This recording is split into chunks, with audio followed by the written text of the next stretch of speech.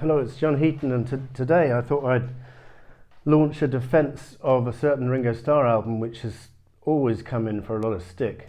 And just recently I was listening to the podcast Fab 4 Free for All. This is the album I'm talking about, by the way. Ringo the Fourth from 1977 did nothing in the charts in the UK, only got to 162 in the States. Slagged off by the critics, saying he'd gone disco, didn't suit his style, so they claimed. Maybe it was, commercially speaking, yes, it was a flop, but I think it's got longevity because I go back to it quite often, and Fab 4 Free for All, which is a great podcast of three Beatles fans. If you haven't checked it out, check it out. And they were doing a discussion of one of the recent Ringo albums. I think it was What's My Name. And they were saying, yeah, it's pretty good. It's pretty good. I mean, there's no track I hate. There's no Tango All Night, which is the second track from here, which was a sly reference to the fact that Ringo the Fourth is, in their view, the weakest Ringo album. And a lot of people put this and Bad Boy very close to the bottom of the list. But I have to say, and I've said it before, I think everything Ringo put out in the 70s is a good deal more interesting than the stuff he's been putting out in latter years. I'm talking particularly in the last 10, 15, even 20 years actually. I think Vertical Man is the last semi-decent effort. Well, Why Not as well, it's pretty decent. But I think this album, well, I think the 70s career for all four solo Beatles is closer to my heart because it was what I was getting into when I was 14, 15. And also, it was more important that all four Beatles were alive and they were potentially listening to each other, and there was a possibility, however remote, that they might reform. And another thing I love about this album is that's a great picture of Ringo and Vinnie Poncia. But Vinnie Poncia doesn't get much credit, and Ringo seems to have virtually disowned him. Well, he never talks about him in interviews. If you've noticed, Rotogravure, the previous album from 76, this one, Ringo the Fourth, from 77, and Bad Boy from 78, those three are virtually the only albums from Ringo's catalogue which are not on Spotify. And I think it's deliberate because Ringo looks upon that period as his alcoholic years, so he doesn't want to put it out. But having said that, he's got Stop and Smell the Roses on Spotify and Old Wave, but maybe that's because he'd already met Barbara, and even though he was still drinking, at least he'd met the love of his life. I'm struggling to defend Ringo's reasoning here because I think his 70s albums are all worth checking out, and I get a lot more pleasure. I was listening to this album in the car today. I get a lot more pleasure out of this album than I do, as I say, from his recent efforts. And part of it is the musicianship. I mean, the producer, Arif Mardin, strong credentials. Yes, this sound of the band is a little disco-y, but so what? That was the times. And if you look at the band, he's got Steve Gadd on drums, who's a sensational drummer who drummed with Paul Simon, would later play with Paul, Tug of War, Pipes of Peace. We've got Tony Levin on bass, who'd also played with Paul Simon and went on to play on Double Fantasy with John Lennon.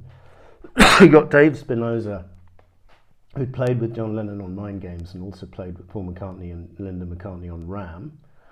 So a really strong selection of musicians. And David Foster, the keyboard player that George had used on Extra Texture and 33 and a Third. And Richard T also plays on at least one track here, and Richard T had been on 33 and a Third. So I like the fact that the four Beatles are kind of sharing the same musicians, supporting musicians quite a lot throughout the 70s. I find that very interesting. Going back all the way to Hugh McCracken playing on John and Yoko's Christmas Song, having just come off the Ram sessions earlier in the same year. So Vinnie Poncia is co-writing a lot of the tracks, and I was particularly admiring his backing vocals on this album, particularly on the ballad Gave It All Up, and also It's No Secret, Gypsies in Flight, beautiful backing vocals. Ringo's singing those three ballads really well. Gave It All Up is a really moving song about he used to ride his bike and play with his toys, and then he gave it all up for school, and then he gave school up for love, and he got married, and then one night she needed me and I wasn't there, so she gave me right up. Which is quite sad, because I think it's referring to the divorce that Ringo went through with Maureen. And then it finishes up, I gave it all up for you, meaning he'd got together with Nancy Andrews. Maybe this is one of the reasons he doesn't want to revisit this period, because it's got what is basically a love song to Nancy on here, and obviously that's old news as far as Ringo's concerned. But I think he should put this out for the fans, and also on vinyl. It's been released on new vinyl, coloured vinyl, but you can't. It's very difficult to find, and it's very expensive.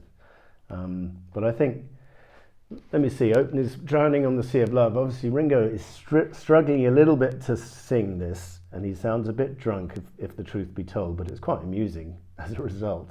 And the band is top notch, and he does literally sound as if he is drowning. So it's quite effective, maybe inadvertently so.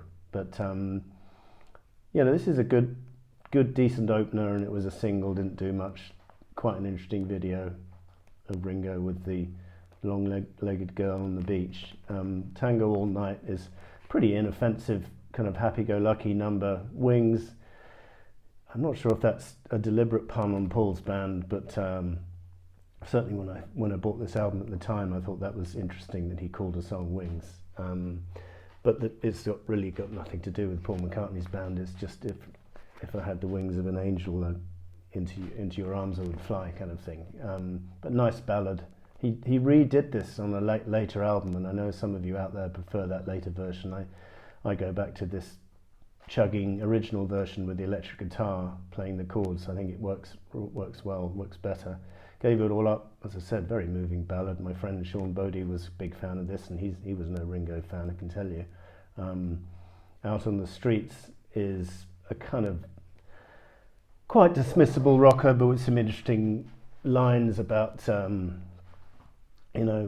meeting a couple outside the Dakota, meaning John and Yoko, and then getting held up by a mugger who wanted to steal his watch and wanted to stick a knife up his nose, and Ringo said, yeah, I don't mind as long as it's something on the end of it, which I think is a reference to cocaine.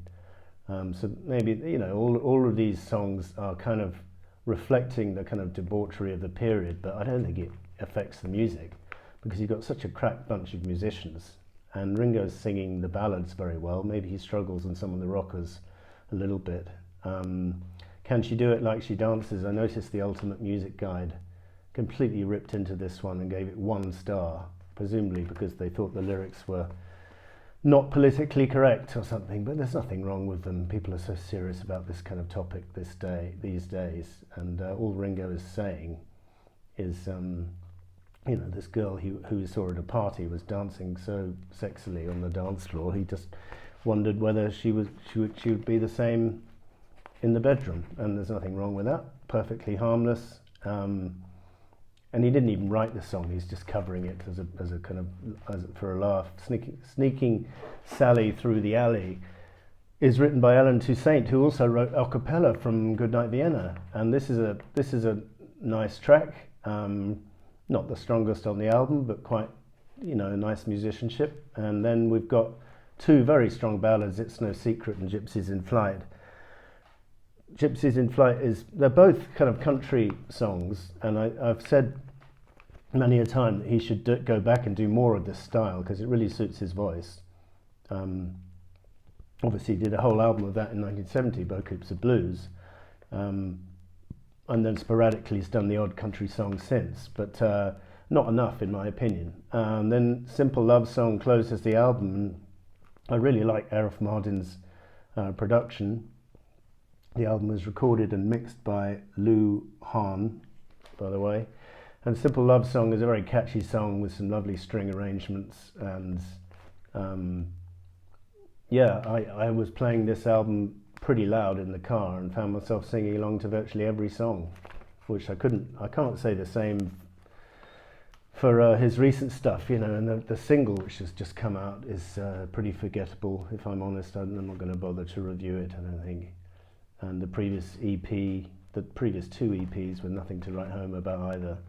So if I had the choice, I'm going to go back to this album and to Bad Boy and to Rotte Graveur way before I'm going to check out his recent efforts. With a couple of exceptions, there's some good songs on a couple of the albums recently. But in terms of, I think Karen Tyler said continuity is lost for Ringo with this album.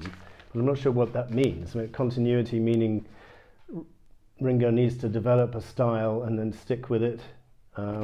What's the point of that? Why can't he chop and change?